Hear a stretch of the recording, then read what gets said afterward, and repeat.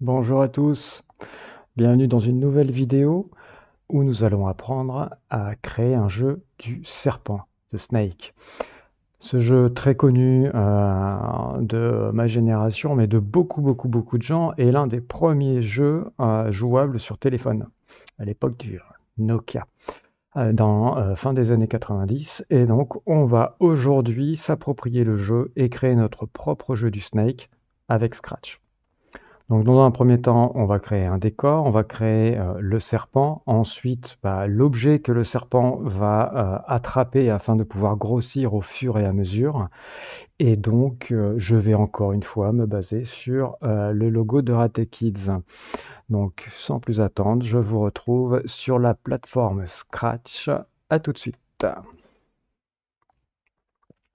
Nous y voilà. Donc on va, dans un premier temps, supprimer notre petit chat Scratch et aller chercher notre décor. Donc pour ça, on appuie sur la petite corbeille du personnage, on va arriver sur la scène et choisir un arrière-plan. Cet arrière-plan, on va choisir celui du Neon Tunnel. Voilà. Et maintenant, on va pouvoir dessiner, ce qui va, faire office de serpent. Moi, je vais faire un cube tout simple, afin, de faire en sorte que ce cube, devienne un long rectangle, très long rectangle qui aura une forme de serpent au bout d'un moment et on va utiliser les flèches du clavier pour se déplacer dans la zone de jeu. Alors, pour aller dessiner notre serpent, on va aller sur l'outil peindre en allant sur la tête de chat avec un plus en bas à droite. Et là, on va déjà choisir une couleur verte hein, pour avoir un serpent d'une bonne couleur. Voilà. Et ensuite, on va zoomer pour pouvoir faire une taille raisonnable de notre serpent. Donc je vais utiliser par exemple 6 carrés sur la largeur et donc 6 carrés sur la hauteur. Ça va donner à peu près ceci. Voilà. Là on est plutôt pas mal. Je vais augmenter un tout petit peu la taille. Voilà. Là je suis plutôt bien. Donc maintenant que j'ai dessiné cette zone, je vais l'appeler Snake pour serpent. Et je vais pouvoir commencer à coder. Donc dans la catégorie événements, quand le drapeau vert est cliqué, qu'est-ce qui va se passer? Alors, il va se passer que déjà le serpent va commencer sa partie au centre de l'écran. Donc je vais aller dans la catégorie mouvement et je vais prendre le cinquième bloc et aller à X 0, aller à Y 0. Et quand j'appuie sur le drapeau vert, voilà. Hop, je commence bien au centre de l'écran. Ensuite, je vais mettre ce petit carré en mouvement. Donc, je vais lui dire de répéter indéfiniment, d'avancer d'un certain nombre de pas. Donc là, pour l'instant, je vais commencer par 10 pas. Et puis, il va avancer. Donc, par défaut, il va s'orienter à 90 degrés et puis avancer. Donc c'est pas très, très grave. Là, l'objectif, ça va être de, déplacer le serpent à l'aide des 4 flèches de notre clavier et vu qu'il est déjà en mouvement, je n'ai simplement qu'à gérer l'orientation. Donc je vais faire mes 4 conditions de déplacement. Donc, c'est, si je touche, la flèche, donc voilà. Hop, donc flèche du haut, je vais commencer par le haut, donc du coup je vais m'orienter vers le haut. Maintenant, ce que je vais faire, c'est que je vais dupliquer cette première condition et ensuite dupliquer à nouvelle fois la première condition pour qu'il m'en duplique 2 autres. Et je vais pouvoir m'occuper, donc flèche du bas, je vais m'orienter à 180 degrés.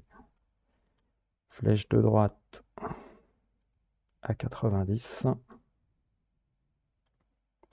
et flèche du haut, flèche de gauche, pardon, à moins 90. On va faire notre petit test. Voilà, donc là, je peux vraiment bien me déplacer. Je vais très très vite. Hein, la règle, c'est le jeu du serpent, il se déplace tout doucement pour commencer, et au fur et à mesure où il attrape sa nourriture, il accélère et il grandit. Donc ce qu'on va faire, c'est qu'on va créer ce qu'on appelle une variable speed pour gérer la vitesse. Donc ce qu'on va faire, c'est que on va aller dans la catégorie variable, on va créer une nouvelle variable qu'on va appeler speed, et on va définir speed dès le départ du jeu et on va le mettre à 3. Après, si on voit que c'est trop lent, on modifiera. Donc on met speed à 3 et on va prendre notre petite variable speed et on va la mettre dans avancée de 10 pas. On remplace 10 par speed, ce qui va faire que voilà, notre serpent se déplace à 3 de vitesse. Pour commencer, c'est plutôt pas mal. Ça nous permet de bien prendre en main les 4 touches du clavier pour commencer. D'accord. Ensuite, ce qu'on va faire, c'est que dans le jeu, j'ai pas le droit de toucher les bords. Donc je vais créer la condition, si je touche le bord, alors je vais mettre speed à 0. Et puis je vais créer mon game over, qu'on verra à la fin du jeu, quand on aura terminé. Donc ce que je vais faire, c'est que je vais créer la condition si capteur je touche le bord. Voilà. Donc c'est si je touche le bord du jeu, alors je vais mettre ma variable speed à 0. Je peux plus bouger. Voilà. On va faire un petit test. J'y vais. Paf. Voilà. Je peux m'orienter, mais je peux plus bouger. Et bien sûr, là, je vais commencer à créer mon événement Game Over. Donc, envoyer à tous message. Et je vais l'appeler Game Over. Voilà. Et on verra bien ce qui se passe. Donc, maintenant, on a fait les déplacements, mais il faudrait faire en sorte que mon serpent, il augmente. D'accord? Donc ce que je vais faire, c'est que je vais créer un clone de ce petit cube qui va faire que dès le départ, il va augmenter un tout petit peu. Parce que si j'ai cassé un simple carré, c'est pas un temps. Donc là, en gros, ça va ressembler à un petit ver de terre. Voilà, tout petit, tout fin. Mais le but, c'est d'avoir quand même une certaine longueur. Donc pour ça, je vais créer un clone. D'accord? Donc là, je me suis occupé d'un ensemble de blocs pour les déplacements. Maintenant, je vais m'occuper d'un bloc de code pour le clonage de mon élément. Et vu que le clone, eh bien, il va augmenter, parce que le serpent, à un moment donné, il va grandir. Donc, je vais créer la variable clone afin de pouvoir, à chaque fois que j'attrape de la nourriture, eh bien, j'ajoute une certaine valeur à clone pour pouvoir l'allonger. Donc, je retourne dans la catégorie variable et je vais créer la variable clone. Et maintenant, je commence mon ensemble de blocs. Donc, quand le drapeau vert est cliqué, qu'est-ce qui se passe? Je vais mettre clone à une certaine valeur. Je mets clone, par exemple, à 0.3 pour qu'il soit petit. Et ensuite, je vais répéter indéfiniment de créer un clone de moi-même. D'accord? Donc, quand on crée un clone, il me faut expliquer comment fonctionne ce clone. Donc, je prends le bloc. Quand je commence un clone, qu'est-ce qui se passe? Eh bien, je vais attendre un clone seconde et supprimer ce clone. Vous allez voir. Donc, je vais attendre. Je vais mettre la valeur clone dedans. Et je vais supprimer le clone quand il aura terminé. Supprimer le clone, il est là. Voilà. Voilà. Donc comme ça, j'ai un tout petit serpent. Voilà. Je supprime le clone, comme ça, ça s'arrête. J'ai un petit, voilà, j'ai un tout petit ver de terre. Et maintenant qu'on a notre petit serpent, le bébé serpent, eh bien, je vais créer sa nourriture. Et à chaque fois qu'il attrape cette nourriture, eh bien, il va augmenter au niveau de sa grandeur, sa longueur, jusqu'à temps qu'il puisse plus grandir ou tout au moins ne puisse plus jouer puisque je vais aussi également accélérer sa vitesse. OK. Donc là, on a fini la première partie qui est le déplacement et la création du serpent, donc en utilisant les flèches du clavier pour le contrôler et en même temps en créant un clone de notre petit cube afin de pouvoir gérer notre petit serpent. Maintenant, je vais créer un nouvel élément. Je vais me baser sur le logo de Ratech Kids et bien sûr le serpent, à chaque fois qu'il va attraper ce logo, eh bien il va grossir et il va aller de plus en plus vite. Bien sûr, à la fin, on y mettra un score. D'accord? Mais on fera le score à la fin, puisque je n'ai pas encore créé cet élément. Donc pour ça, je vais retourner sur l'outil peindre et je vais dessiner le logo de Ratech, toujours avec mes petits cubes et mes zones de couleurs. Donc ce que je vais faire, c'est que je vais commencer par un jaune, jaune orangeâtre. Je vais le faire un petit peu plus pâle. Voilà. Quoique non, je vais commencer par du rouge. Il sera bien plus visible. Voilà, je vais faire un cube. Voilà. Hop. Et puis bien sûr, bah, ces cubes, je vais le sélectionner, le copier, le coller et en dessiner plusieurs côte à côte.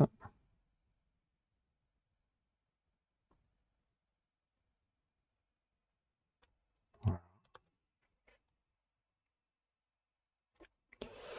Donc je vais zoomer pour pouvoir bien le faire.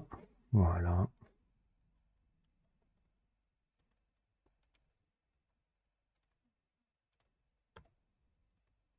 Parfait. Nickel. Et maintenant, je vais sélectionner mes 3 cubes que je vais copier et coller et que je vais venir mettre en dessous. Voilà. Limite, je pourrais même les grouper. Voilà. Comme ça. Alors après, vous pouvez utiliser n'importe quel autre élément, une pomme, une banane, un fruit, un objet tout autre. Euh, voilà. Maintenant, je copie-colle le dernier.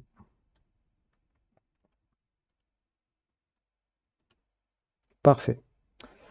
Maintenant, je vais dégrouper ces éléments, supprimer celui-ci et celui-là. Et du coup, maintenant, j'ai bien mon logo Euratech. Voilà. Donc maintenant, bah, j'ai plus qu'à sélectionner différentes couleurs.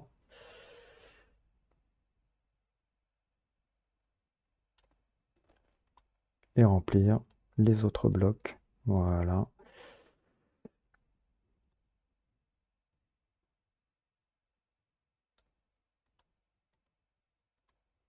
Quoique je suis encore bien foncé.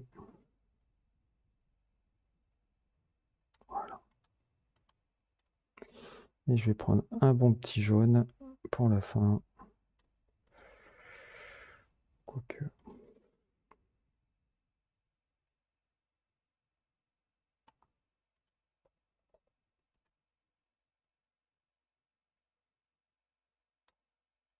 Voilà, c'est mieux. Ensuite, je dézoome, je sélectionne tout et je le groupe. Voilà. Je vais pouvoir le placer au centre de ma zone. Et ensuite, on réglera sa taille directement dans les blocs de code. Voilà, j'ai fini la nourriture de notre serpent. Et maintenant, bah, il n'y a plus qu'à coder celui-ci bah, pour faire en sorte que bah, il apparaisse aléatoirement à chaque fois que je le touche et dès le départ du jeu. Et à chaque fois que je le touche, bah, je vais augmenter le clone, je vais augmenter la vitesse et en même temps, je vais augmenter du score. Voilà. Alors, quand le drapeau vert est cliqué, qu'est-ce qui se passe? Bah déjà, je vais modifier son apparence, je vais régler sa taille, je vais la mettre, bah déjà on va diviser par 2 pour voir ce qui va se passer. Ouais, c'est plutôt pas mal. Ouais, ouais, là c'est bien comme ça. Ok, ensuite je vais lui dire d'aller avoir une position aléatoire. Voilà, tu vas à une position aléatoire à chaque fois que j'appuie sur toi. Et ensuite, je vais lui dire de ne pas toucher le bord, donc de rebondir si le bord est atteint. et de pas tourner et de pas avoir une symétrie gauche-droite, comme d'avoir toujours cette forme-là, parce que s'il touche le bord, il rebondit. Et s'il rebondit, bah, il peut être orienté dans une autre direction, donc ne plus ressembler au logo. Donc ce que je vais faire, c'est que je vais lui mettre rebondir sur le bord est atteint, et prendre le bloc, fixer le sens de rotation gauche-droite et lui dire « tu ne tournes pas, tu ne bouges pas, voilà, tu restes tel quel, quoi qu'il arrive ». Et donc, en dessous, je vais rajouter une condition, et dans cette condition, bah, je vais avoir un événement qui est, bah, si je touche le snake, et là, je vais avoir plein d'actions. Alors, plein, quelques-unes, voilà, hop, le snake. La première, bah, ça va être d'aller à une autre position. Donc, je vais aller à une position aléatoire. Donc là, on va faire déjà un premier petit test. Voilà. Donc là, il se déplace tout doucement, c'est pas grave. Je vais faire un dernier petit test, c'est parfait. Et maintenant, bah, je vais je vais ajouter des points. Donc je vais pouvoir créer la variable score. Voilà. Faire en sorte que quand le jeu commence, bah, je mette score à 0. Et quand je suis touché par le serpent, eh bien, je vais ajouter ajouter un à score ici. Voilà. Ensuite, bah, je veux augmenter la vitesse. Donc la vitesse, je ne vais pas l'augmenter de 1 à chaque fois, sinon ça va aller très très très vite. Et donc, je vais ajouter, bah, par exemple, 0,5 à speed. Et on va voir ce qui se passe.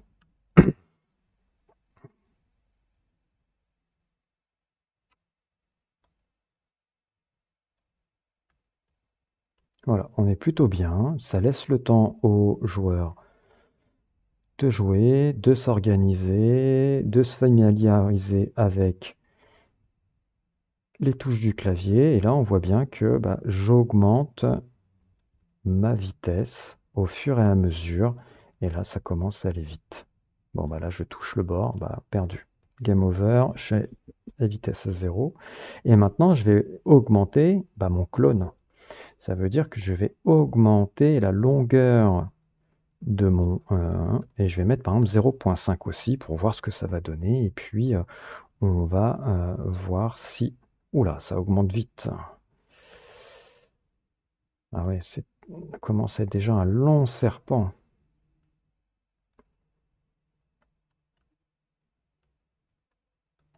Ouais, donc on va baisser, je vais mettre à 0,2. Voilà, on aura déjà un peu mieux. Ouais, c'est mieux.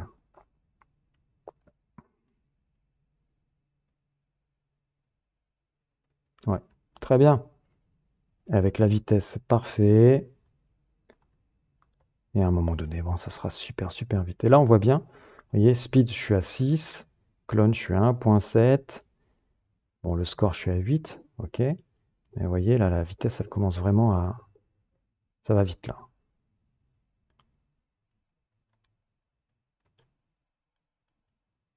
Je trouve que c'est parfait. Ça fait des petites parties, c'est très bien. Alors bien sûr, le serpent, bah, il peut se passer au-dessus ou en dessous, hein. On n'est pas dans le vrai jeu du serpent. Bah, bon, là, j'ai touché le bord, donc je suis game over. Mais on est vraiment pas mal. Alors maintenant, ce qui va me rester à faire, c'est de revenir sur le serpent et de faire en sorte que bah, quand je touche le bord, je suis game over. Et bah, qu'est-ce qui se passe? D'accord? Donc le score, bah, lui, il va apparaître qu'à la fin. D'accord? J'ai déjà 20, c'est déjà pas mal. Donc le score, il pourrait très bien s'afficher ici, en plein milieu de l'écran. Ensuite, afficher le mot Game Over. Et Speed et Clone, bah, on va pas les afficher. Voilà, Clone et Speed, on les affiche pas. Et donc, quand je reçois Game Over, eh ben, je vais tout simplement bah, afficher la variable score. Voilà, je vais montrer la variable score. Mais si j'affiche, il faut que je cache la variable score. Et on va tester. clone, je décoche. Voilà. Très bien. Donc là, je vois que quand j'ai touché le bord, j'ai vraiment mon serpent qui continue son scénario, puisqu'il va se réduire pour revenir sur un carré. Donc ce que je vais faire, c'est que je vais revenir sur le snake et je vais faire en sorte que quand lui, il reçoit game over, eh bien, je vais stopper tous les autres scripts. Voilà, tout ce qui se passe, tous les autres. Donc là, on va voir, histoire qu'il s'arrête. Donc là, hop, voilà, il s'arrête et j'ai bien la longueur du serpent. Parce que c'est toujours intéressant de voir la longueur du serpent quand j'ai terminé. Après, on pourrait très bien faire, je fais stop tous les autres scripts, tout simplement, je le cache, hein. Je le cache. Par contre, si je le cache, il faudra que je le montre au début du jeu. Pour l'instant, je vais rester comme ça. Je vais créer le game over. Donc, je vais écrire peindre. Je vais écrire, hop, je vais une couleur. Bah tiens, je vais mettre du blanc. Game over.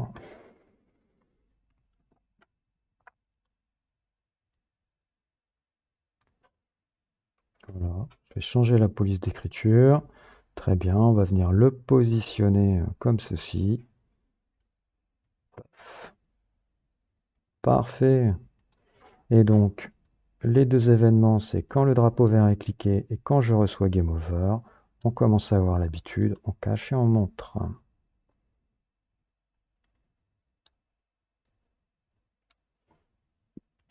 Maintenant, on va faire une petite partie pour voir ce qui se passe.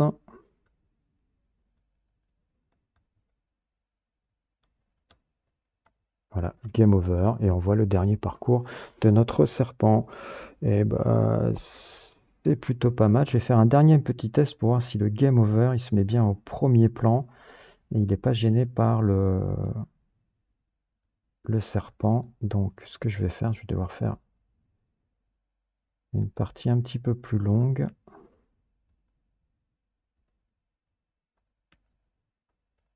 Pour avoir un long serpent. Et donc là, je fais ça, paf, et ça se met bien devant, au premier plan, donc c'est parfait. On est bien devant le serpent. Bon, et ben on est pas mal. Maintenant, si on fait une partie en grand, eh bien, on va pouvoir s'amuser à jouer et d'aller le plus loin possible au niveau du score.